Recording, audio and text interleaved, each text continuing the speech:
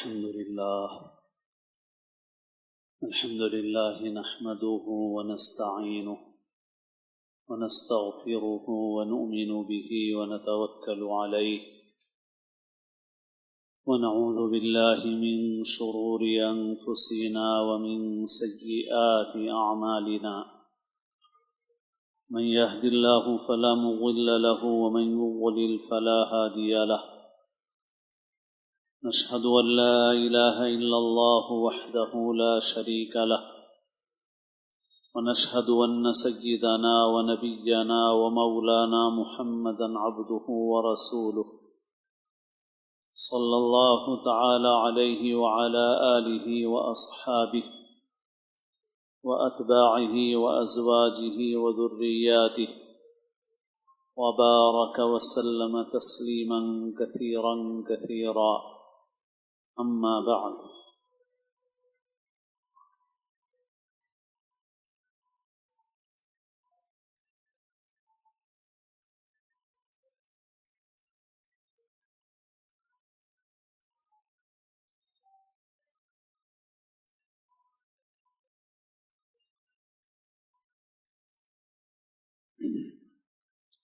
قابل احترام بزرگوں، عزیز دوستوں اور ساتھیوں،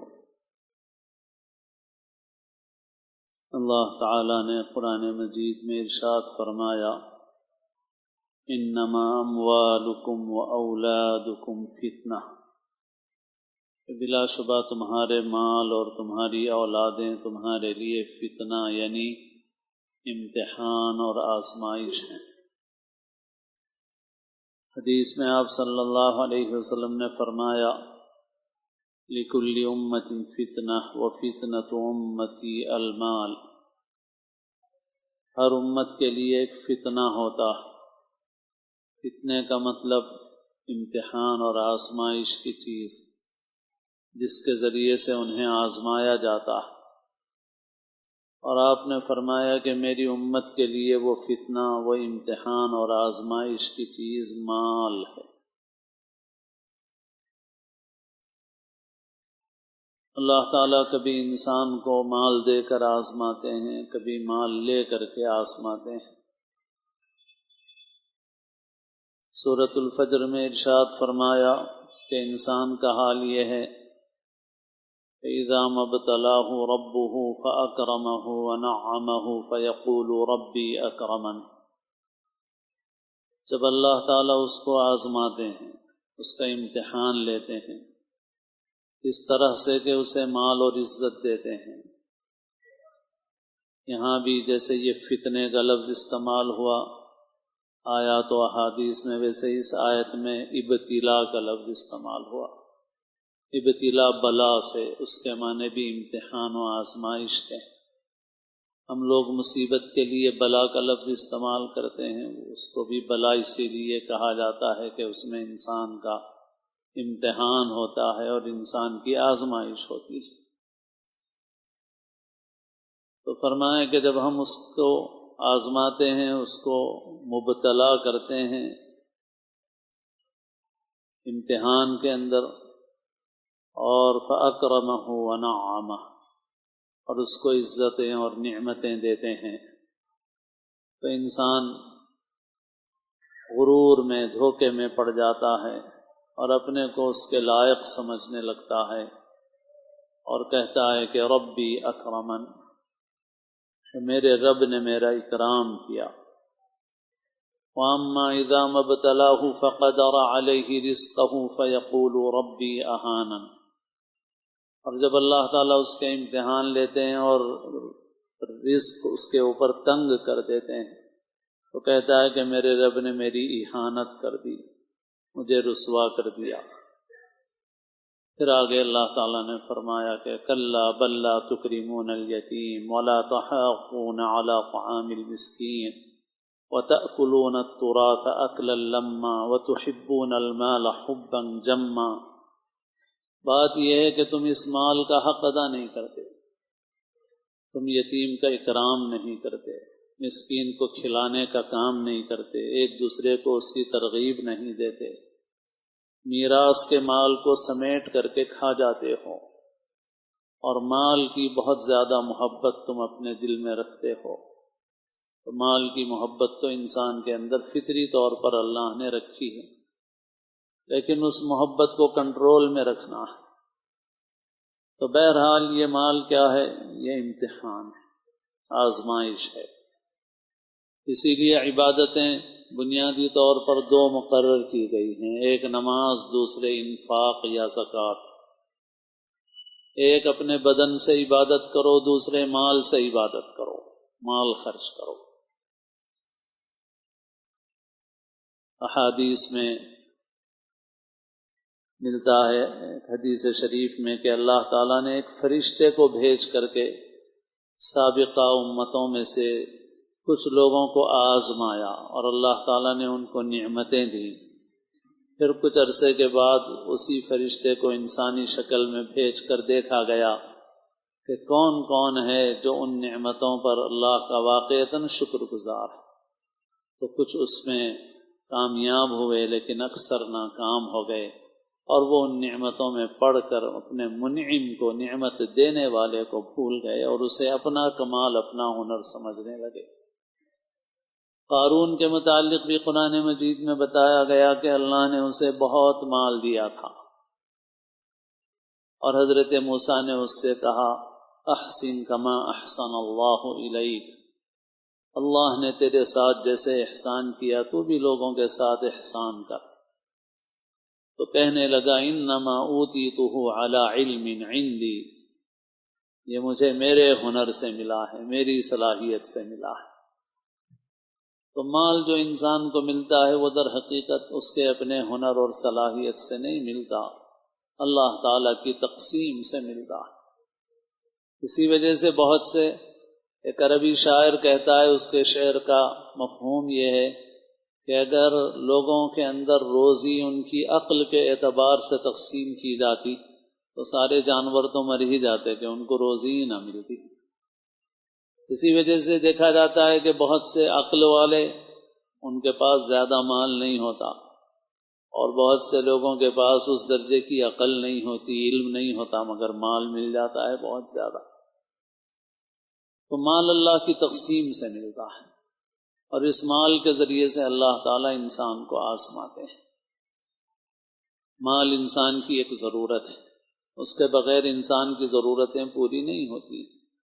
اسی وجہ سے یہ مال، اس کو کمانا بھی ضروری ہے، اس لیے فرمایا کسب الحلال فریضۃ بعد الفریضہ، کہ فرائض کے بعد حلال کمانا بھی تمہارے ذمہ لازم ہے، فریضہ ہے، حلال کمائی کرو۔ لیکن اس کی محبت اگر حد سے زیادہ ہو جائے تو وہ مال انسان کے لیے ہلاکت اور بربادی کا ذریعہ ہے۔ مولانا روم نے اس کو تشبیہ دی ہے پانی اور کشتی سے، اور فرمایا کہ جیسے کشتی ہے، پانی کے بغیر نہیں چلتی۔ ظاہر ہے کہ مٹی ہو، زمین ہو، کشتی تو اس میں نہیں چلتی، کشتی تو پانی ہی میں چلتی ہے، پانی ضروری ہے کشتی کے لیے۔ ایسے ہی زندگی کی کشتی کے لیے مال ضروری ہے، مال نہ ہو تو زندگی کی کشتی کہاں چلے گی بھائی؟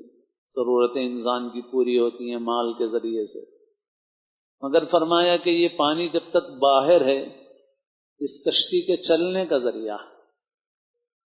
کشتی چلتی پانی سے ہی ہے، لیکن یہی پانی جو کشتی کے چلنے کا ذریعہ ہے، اگر کشتی میں سوراخ ہو جائے اور یہ پانی کشتی کے اندر آ جائے، کشتی اپنے اندر پانی اسٹور کرنا چاہے، اپنے اندر پانی کھینچنا چاہے، اور کشتی اپنے اندر پانی لے لے تو کشتی پانی پہ چلے گی نہیں، بلکہ ڈوب جائے گی۔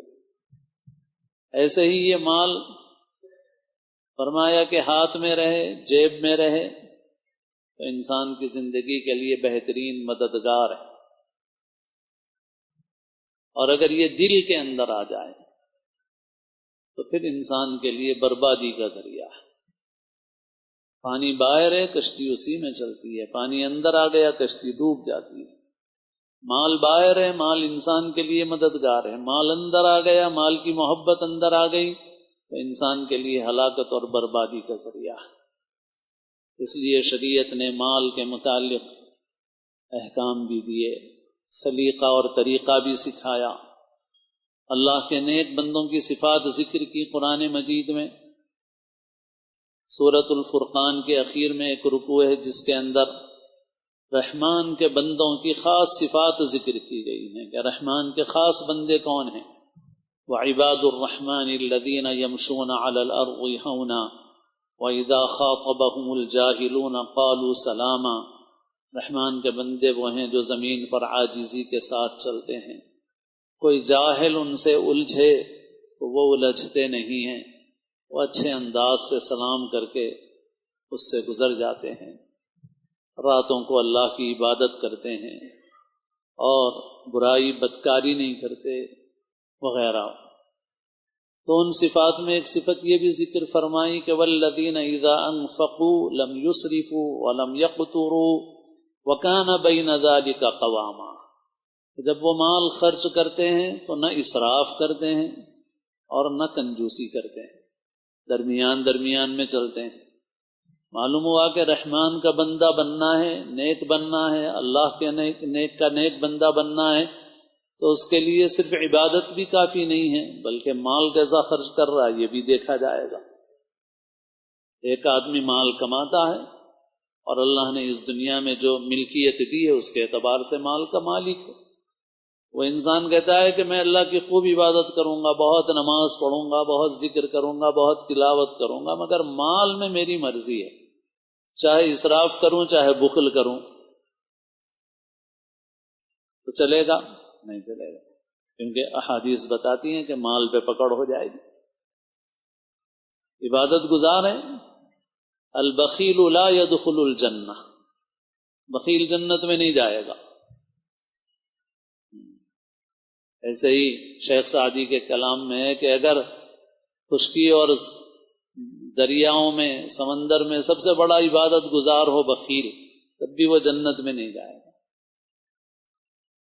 وہ بخل اگر اس درجے کا ہے کہ جو حرام اور گناہ کے درجے میں ہے تو بخل کا گناہ اس کو جنت میں جانے سے روک دے گا۔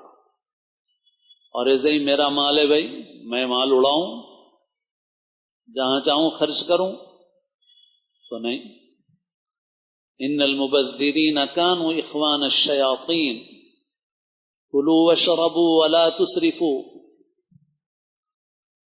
جتنی ضرورت ہے اتنا استعمال کرو۔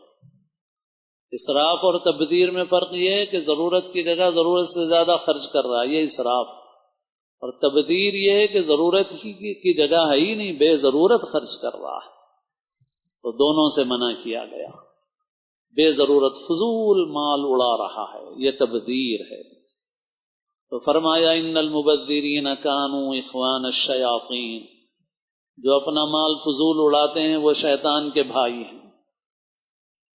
اسی وجہ سے حساب، جیسے حدیث میں ہے کہ قیامت کے دن انسان کے قدم اپنی جگہ سے ہٹ نہیں سکیں گے جب تک کہ اس سے کچھ سوال نہ ہو جائیں، تو ان سوالوں میں جیسے زندگی کا اور جوانی کا سوال ہے ویسے ہی مال کا سوال بھی، بلکہ دیکھا جائے تو بنیادی طور پہ دو سوال اسی کے ہیں، اور پانچواں ایک سوال ہے کہ جو معلوم تھا، جو علم تھا، اس پر کتنا عمل کیا۔ باقی دو سوال زندگی کے اس وقت اور زندگی میں ملا ہوا مال، دونوں سے ہی متعلق ہیں سوال۔ زندگی میں ملے ہوئے وقت کے متعلق دو سوال ہیں، عن عمره فیما افناہ وعن شبابہ فیما ابلاہ، عمر کس چیز میں لگائی، عمر کا خاص حصہ جوانی وہ کس چیز میں خرچ کیا، کون سا وقت کے متعلق ہوا سوال۔ زندگی جو اللہ نے دی ہوئی ہے، وقت جو اللہ نے دیا ہوا ہے، اور باقی دو سوال کیا کے ہیں؟ دو سوال مال کے ہیں، وعن مالہ من این اکتسبہ وفیما انفقہ، دو سوال ہیں مال کے متعلق، کہاں سے حاصل کیا، کہاں پہ خرچ کیا۔ حکومت بھی پوچھتی ہے نا آئی ٹی میں کہ سورس آف انکم بھی بتاؤ، اور اگر تم نے قانونی طور پہ سورس آف انکم نہیں بتایا تو حکومت سمجھتی ہے کالا دھن ہے، بلیک منی ہے، ٹیکس عائد کرتی ہے، اب اس پہ ٹیکس دینا پڑے گا یا ضبط کر لیا جائے گا۔ کہاں سے آیا یہ بتاؤ، اور کہاں گیا یہ بھی بتاؤ۔ اگر آیا حلال طریقے سے، اور ایک آدمی پیش کر دے حساب کہ جو کچھ مال میں نے کمایا تھا زندگی میں سب جائز طریقے سے کمایا تھا، تو بھی چھٹی نہیں ہے ابھی اس کی۔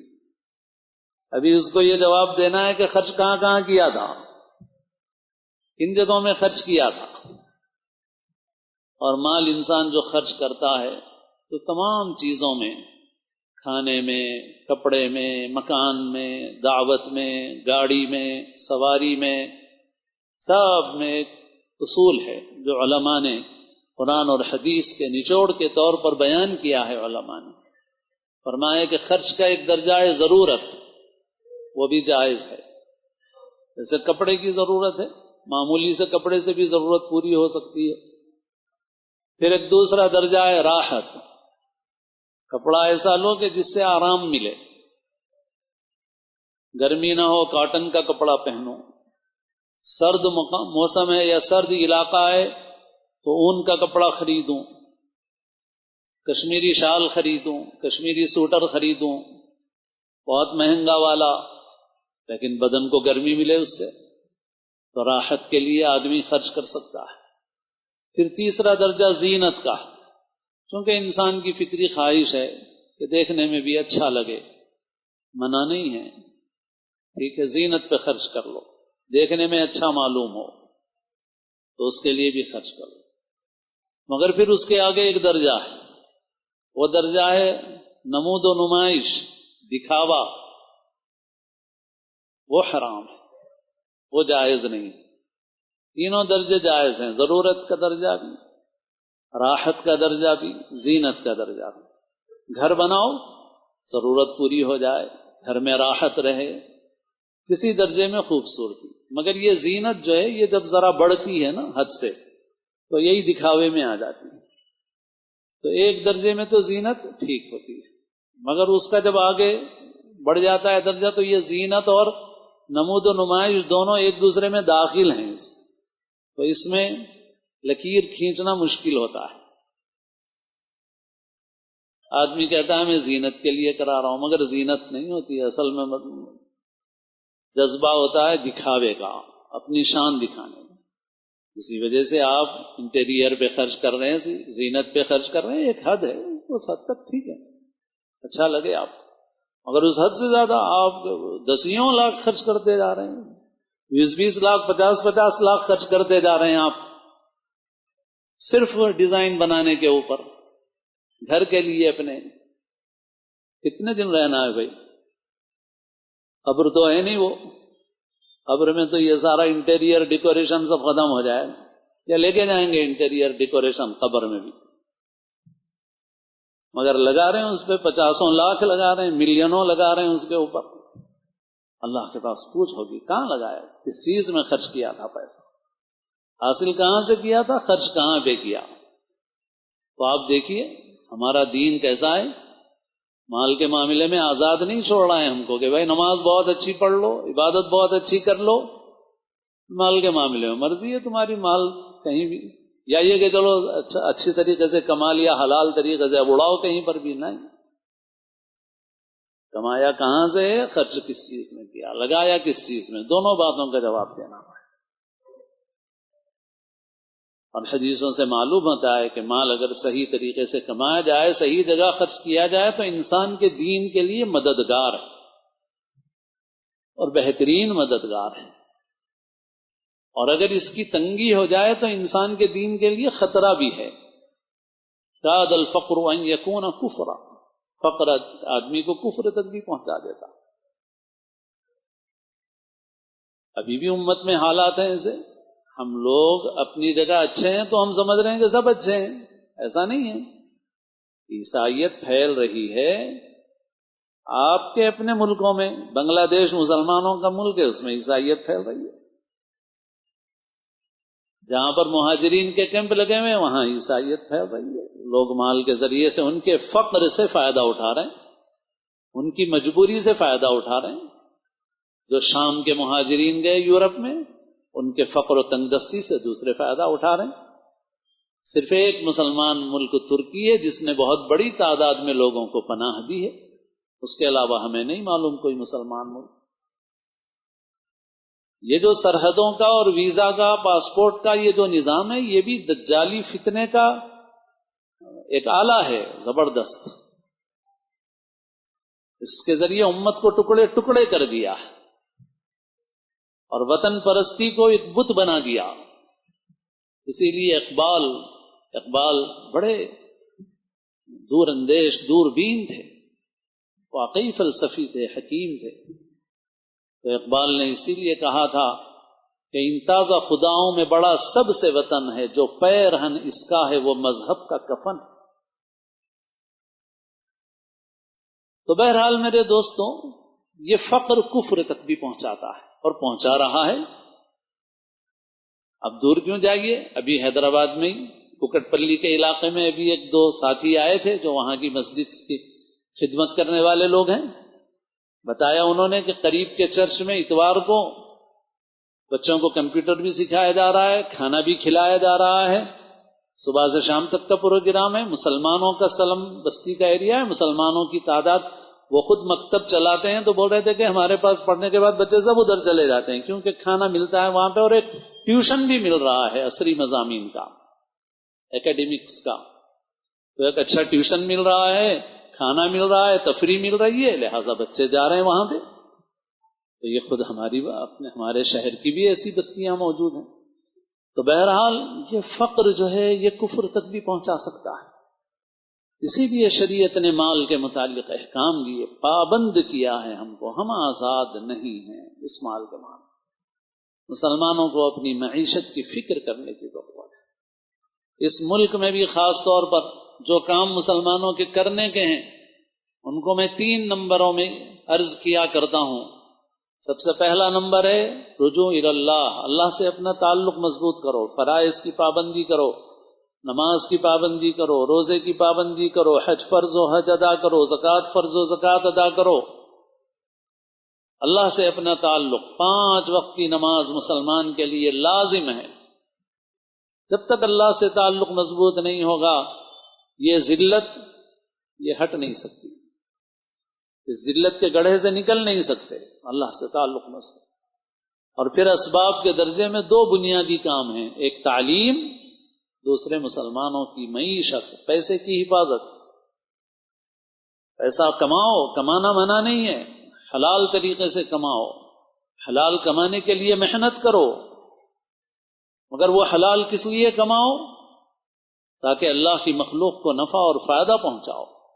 من طلب الدنیا حلالا تعففا عن المسألہ وسعیا علی اہلہ وتعطفا علی جارہ لقی اللہ ووجہہ کالقمر لیلۃ البدر، کہ جو شخص حلال مال کمانے کے لیے کوشش محنت کرے اس لیے تاکہ لوگوں سے بھیک مانگنا نہ پڑے، سوال کرنا نہ پڑے، تاکہ گھر والوں کی ضرورتیں پوری کروں، اپنے پڑوسیوں کے ساتھ بھی مہربانی اور شفقت کروں، یہ نیتیں ہوں۔ جب یہ نیتیں ہوں گی تو کرے گا بھی نا آدمی، یہ تھوڑی کہ سارا خود ہی جمع کر کے رکھے گا۔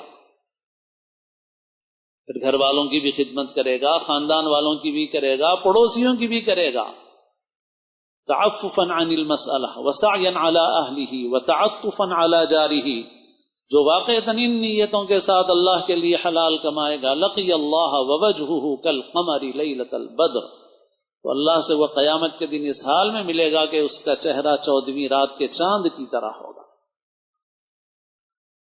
تو مال کماؤ، مگر مال صحیح جگہ میں خرچ کرو، مال کی حفاظت کرو۔ اب شادیوں کا سیزن شروع ہوگا ہمارے پاس، دیکھیے کیسا مال اڑا رہے ہیں ہم لوگ۔ اور ایک اہم مسئلہ جس کی طرف مسلمانوں کو توجہ کرنے کی ضرورت ہے وہ یہ کہ فراڈی قسم کی جو کمپنیاں ہیں انویسٹمنٹ کے لیے جو آپ کو بلاتی ہیں، سب سے بڑے بے وقوف مسلمان ثابت ہوتے ہیں اس میں، سب سے بڑے بے وقوف۔ اپنا پیسہ پتہ نہیں کتنے فیگر بھی نہیں بول سکوں گا میں، اتنا برباد کر چکے ہیں، کر رہے ہیں۔ بنگلور کے مسلمان ہم سے بہت سی حیثیتوں سے بہت اچھے ہیں، مگر اس دھوکے میں وہ بھی آئے اور ایک ایک کمپنی نے ہزاروں کروڑ ڈبائے مسلمانوں کے، 500 کروڑ، 1,000 کروڑ. اور جب وہ کمپنیاں ڈوب گئیں، سیاسی لوگوں سے ان کی ملی بھگت ہوتی ہے، تھوڑے دن جیل میں رہتے ہیں، باہر بھاگ جاتے ہیں، ضمانتوں پہ چھوٹ کے عیش کرتے ہیں، لیڈروں کو رشوت دے دیتے ہیں، آفیسروں کو رشوت دے دیتے ہیں. اور یہ مسلمان، یہ جنہوں نے پیسہ لگایا تھا، ان میں سے بہت سے اس موقف میں بھی نہیں ہے کہ کیس کر سکیں، کیونکہ نقد دیا، چیک بھی نہیں ہے، ثبوت بھی نہیں. اور اگر کوئی جا کے بولے بھی کہ بھئی میں نے دیا ہے، تو انکم ٹیکس والے پوچھیں گے تمہارے پاس اتنا پیسہ آیا کہاں سے؟ تو آئی ٹی ریٹرن بھی کبھی داخل نہیں کیا. شعور نہیں ہے، یہ لاشعوری، یہ بے خبری، یہ نقصان پہنچا رہی ہے. حیدرآباد میں بھی ہیں، ہوئی ہیں ایسی کمپنیاں کئی آپ بھی جانتے ہیں. اور ابھی تھوڑے دن پہلے بھی ایک ای اسٹور کچھ اس قسم کے نام سے بھی بہت سارے لوگ ہیں جو ہمارے تعلق والوں میں ڈوب گئے، لاکھوں لاکھ روپے چلے گئے. دینی حلقوں کو نشانہ بنایا گیا، مسلمانوں کو نشانہ بنایا جا رہا ہے. مگر ہم بے وقوف کیوں بنے ہوئے ہیں؟ تجارت نہیں کرتے، محنت نہیں کرتے، اور بغیر کسی محنت کے بیٹھے ہوئے چاہتے ہیں کہ زیادہ سے زیادہ نفع مل جائے. تو اس میں عقل سے بھی کام لو، باشعور بنو، قوانین سے بھی واقفیت حاصل کرو.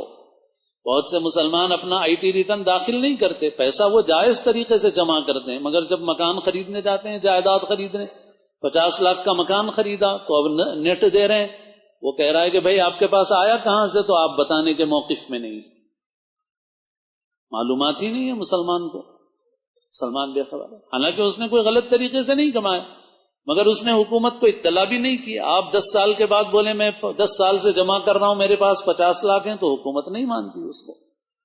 آپ نے اتنے سال سے اپنا آئی ٹی کیوں داخل نہیں کیا؟ تو بہرحال ایسی چیزوں سے جا کے کیس بھی نہیں کر سکے مسلمان. تو بہرحال یہ چیزیں، میں دنیا کی باتیں نہیں کر رہا ہوں آپ سے، میں آپ سے دین کی، ایمان کی بات کر رہا ہوں، دین اور ایمان کی حفاظت کی بات کر رہا ہوں. میں آپ سے کہہ رہا ہوں کہ ان چیزوں میں باخبر بنیے، باشعور بنیے، اپنے پیسے کی حفاظت کیجیے. شادیوں میں، فضول خرچیوں میں، بیجا چیزوں میں پیسہ مت اڑائیے. پیسہ اللہ نے دیا، اس پیسے کی حفاظت کیجیے، اس پیسے سے مخلوق کو فائدہ پہنچائیے، اچھی تجارت کیجیے. اور اس ملک میں تو لوگ چاہتے ہیں کہ آپ کو انتہائی آخری درجے کا فقیر و کنگال بنا دیں. جو کاروبار آپ کے ہاتھ میں ہیں وہ بھی آپ سے لینے کی پوری کوشش کر رہے ہیں. آپ کے ہاتھ میں ترکاری کا کاروبار ہے تو وہ لینا چاہتے ہیں، فروٹ کا کاروبار ہے تو وہ لینا چاہتے ہیں. سارے بڑے کاروبار تو گئے آپ کے ہاتھ سے، وہ بھی لینا چاہتے ہیں. آپ نے اگر اپنے پیسے کا صحیح استعمال نہیں کیا اور اپنی اولادوں کو تعلیم اور ہنر سے آراستہ نہیں کیا، تو آپ کسی سے کوئی توقع کیسے رکھ سکتے ہیں؟ اس سے زیادہ حماقت کی بات کیا ہوگی کہ آپ ان سے توقع رکھیں. تو سمجھ سے کام لیں اور اپنے دین کو بھی پہچانیں، دین کو جانیں. دین ہمارا ایک ایسا مکمل نظام ہے جس میں ہماری دنیا کی بھی بھلائی ہے اور آخرت کی بھی کامیابی ہے. اللہ تعالی ہم سب کو دین کی صحیح سمجھ نصیب فرمائے، عمل کی توفیق نصیب فرمائے. اللہ تعالی ہم سب کو اسلام کی زندگی اور اپنے وقت پر حسن خاتمہ نصیب فرمائے.